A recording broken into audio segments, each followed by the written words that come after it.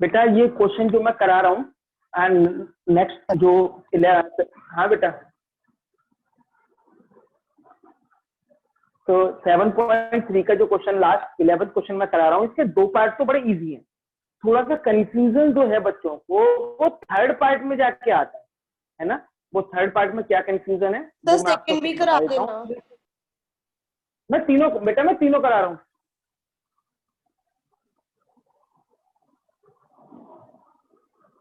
मैं आपको तीनों ही पार्ट कराऊंगा, बता रहा हूँ कि थर्ड पार्ट कंफ्यूजिंग है, फर्स्ट और सेकंड तो इजी है, लेकिन मैं दोनों कराऊंगा तीनों पार्ट आपको।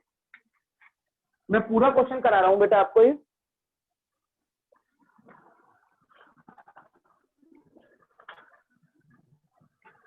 Seven point three last question पढ़े बेटा एक बार प्लीज जब तक आप। क्वेश्चन में कहा है इन how many ways can the letters of the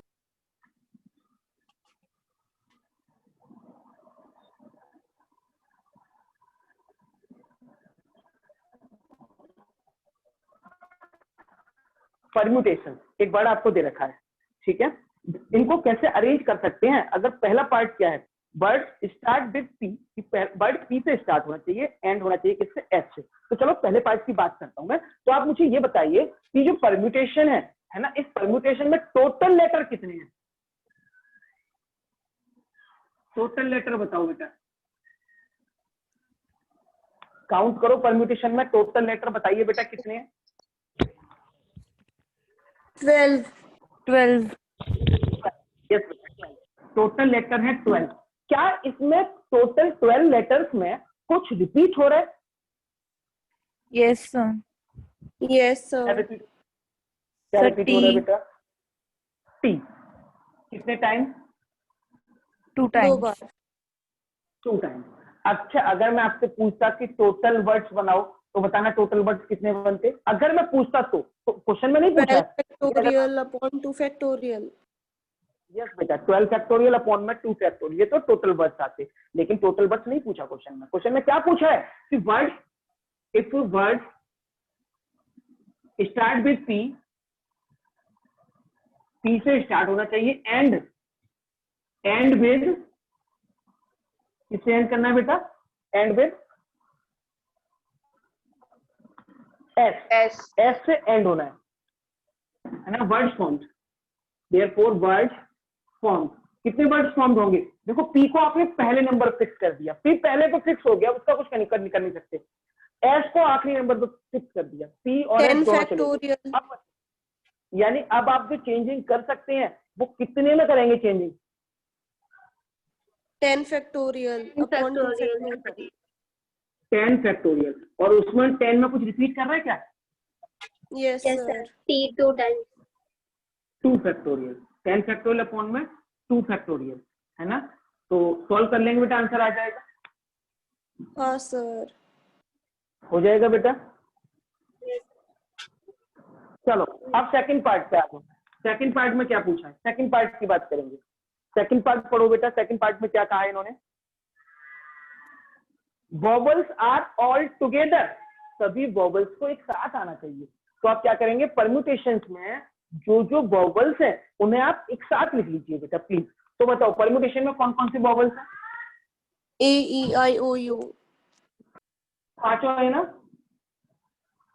yes sir. A I O U, सारे वॉवल्स को मैंने लिखा और उनको एक डब्बे में बंद करके 1 मान लिया, क्योंकि इन सभी वॉवल्स को मुझे एक साथ लेके आना है 1। अब बताओ क्या क्या बचा बेटा, P, R, M, P, N, S, यही बचा। अब देखो कितने लेटर हो गए, अब आप देखो लेटर कितने हो गए। एक तो ये हो गया, 2 3 4 5 6 7 8 हो गए। तो वर्ड्स फॉर्म्ड, वर्ड्स फॉर्म्ड क्या हो जाएगा बेटा, कितने 8, तो 8 फैक्टोरियल। क्या इनमें कुछ रिपीट कर रहा है, यस सर। Upon 2 factorial. क्या हो गया क्वेश्चन ये। No sir, no sir, 5 factorial इनमें अपॉन 5 फैक्टोरियल अपॉन 5। ये जो 5 है, इन 5 को हम आपस में अरेंज कर सकते हैं। तो इन 2 में क्या हो जाएगा, 5 फैक्टोरियल। बोलो। Yes sir, yes part sir. Calculate हो जाएगा। Yes, second part sir. हो जाएगा बेटा। चलो अब मेन और थर्ड पार्ट जिसकी मैं बात कर रहा था कि वो थोड़ा कंफ्यूजिंग सा है, तो थर्ड पार्ट करते हैं बेटा, है ना।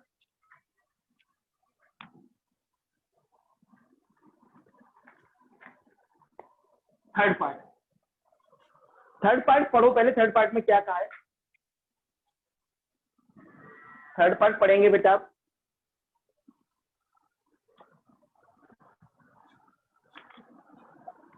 There are always 4 letter between P and S. कि P और S के बीच में हमेशा 4 लेटर होने चाहिए। यही बोला ना बेटा कि हमेशा P और S के बीच में कितने लेटर होने चाहिए? 4 लेटर होने चाहिए।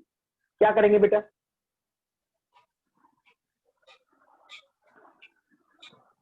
क्वेश्चन के अकॉर्डिंग चलते हैं।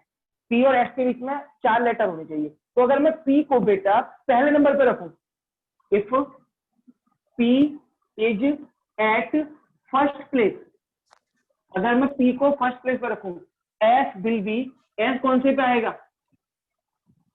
Last. क्यों? P और Place. S के बीच में 4 लेटर होने चाहिए। अच्छा, 6 पे आएगा, 6. है ना। अगर मैं P को सेकंड पे रख दूं तो बताओ S कौन से पे आएगा? 7th place. 7th place. इसी तरीके से अगर मैं P को थर्ड पे रखूं तो S 8th कौन से पे place. आएगा? 8th place. अगर मैं P को बेटा फोर्थ पे रखूंगा तो S कौन से पे आएगा? 9th 9. प्लेस। अगर मैं P को फिफ्थ पे रखूं तो S कौन से पे आएगा? 10th पे। अगर मैं इसको सिक्स्थ पे रखूं तो S कौन से पे आएगा? 11th. अगर मैं इसको 7th पे रखूं तो S कौन से पे आएगा? 12th. 12th. अगर मैं इसको 8 पे रखूं तो Not possible. नॉट पॉसिबल, क्योंकि P को मैं 8 पे नहीं रख सकता। क्यों? क्योंकि अगर मैं इसको 8 पे रखूंगा तो वो 13 13 चाहिए, पे जाएगा. लेकिन परम्यूटेशन में 12 लेटर है, इसलिए तो पॉसिबल नहीं है। तो P और S को मैं कितने तरीके से अरेंज कर सकता हूँ?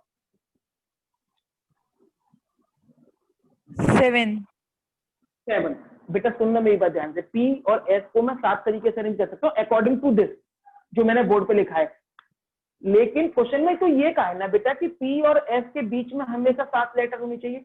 ऐसा भी तो हो सकता है कि मैं S को पहले नंबर पे रख दूं और P को छठे नंबर पे रख दूं, तब भी तो कंडीशन फॉलो हो रही है। Yes, sir. हो रही है ना बेटा। ये भी तो पॉसिबल है कि S को पहले नंबर पे तो P छठे पे, S को दूसरे पे तो P सातवें पे। तो कितनी कंडीशन हो Yes, जाएंगी बेटा? तो 14. बताओ P और 14। तो बेटा ये नोट कर लिया है क्या आपने जो मैंने लिखा है? Yes, Yes. sir. तो इसके बाद ये रफ कर रहा हूं मैं और इसके बाद लिखूंगा according to this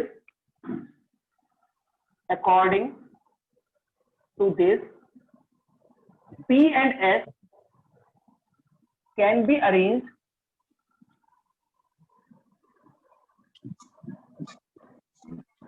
by 14 ways। यहां तक बोलो कोई प्रॉब्लम बेटा? P और S को हम 14 तरीके से अरेंज कर सकते हैं। क्लियर है बेटा? ये P Yes, ये sir. P और बेटा ये P और S का अरेंजमेंट हुआ है। ये किसका अरेंजमेंट हुआ है? P का और S का। टोटल लेटर कितने थे लेकिन? 12 है ना। उसमें से P 12. और S का arrangement- हाँ, तो 2 का ही तो अरेंजमेंट हुआ है, P और S ही तो हमने फिक्स किए, बाकी लेटर्स भी अरेंज होंगे। तो total word form, therefore total words form.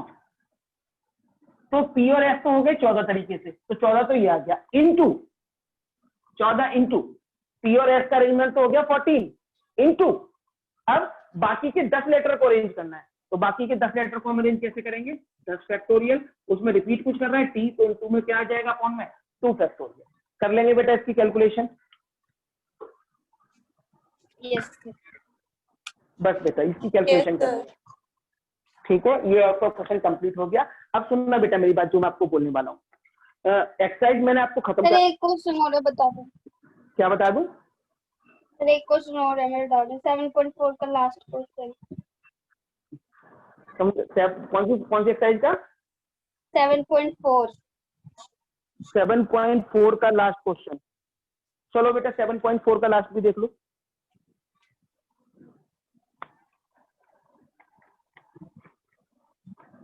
Seven point four का लास्ट क्वेश्चन बेटा, 9th क्वेश्चन है लास्ट। क्या बोला है लास्ट क्वेश्चन में? In how many ways can a student choose a program of 5 courses. किसी बच्चे को 5 कोर्स सेलेक्ट करने हैं।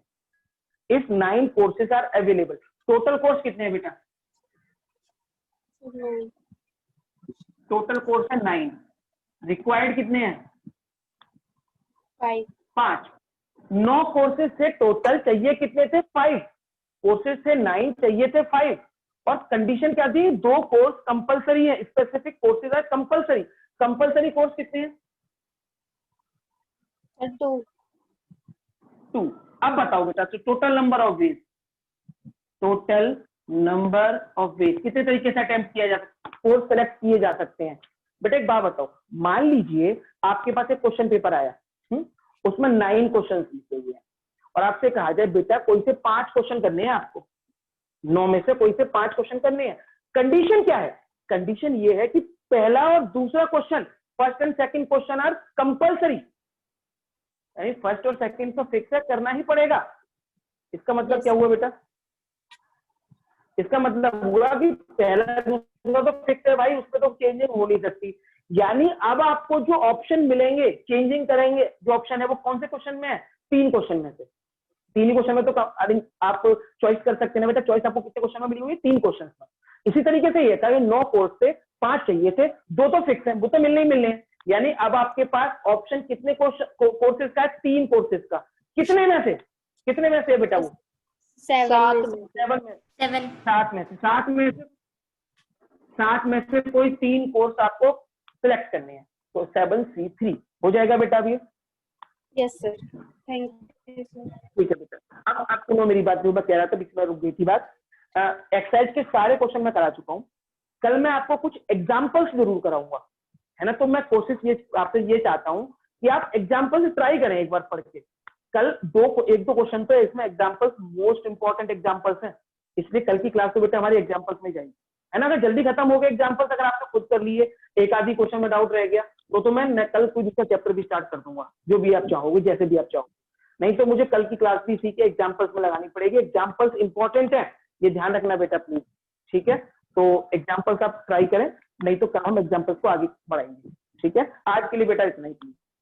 सर वो ट्रिग्नोमेट्री कब लोगे फिर? ट्रिग्नोमेट्री की आपकी देखो बताता हूँ मैं कब लूंगा, कल बता दूंगा, कल तक बता दूंगा आपकी कब लूंगा, कल तक श्योर।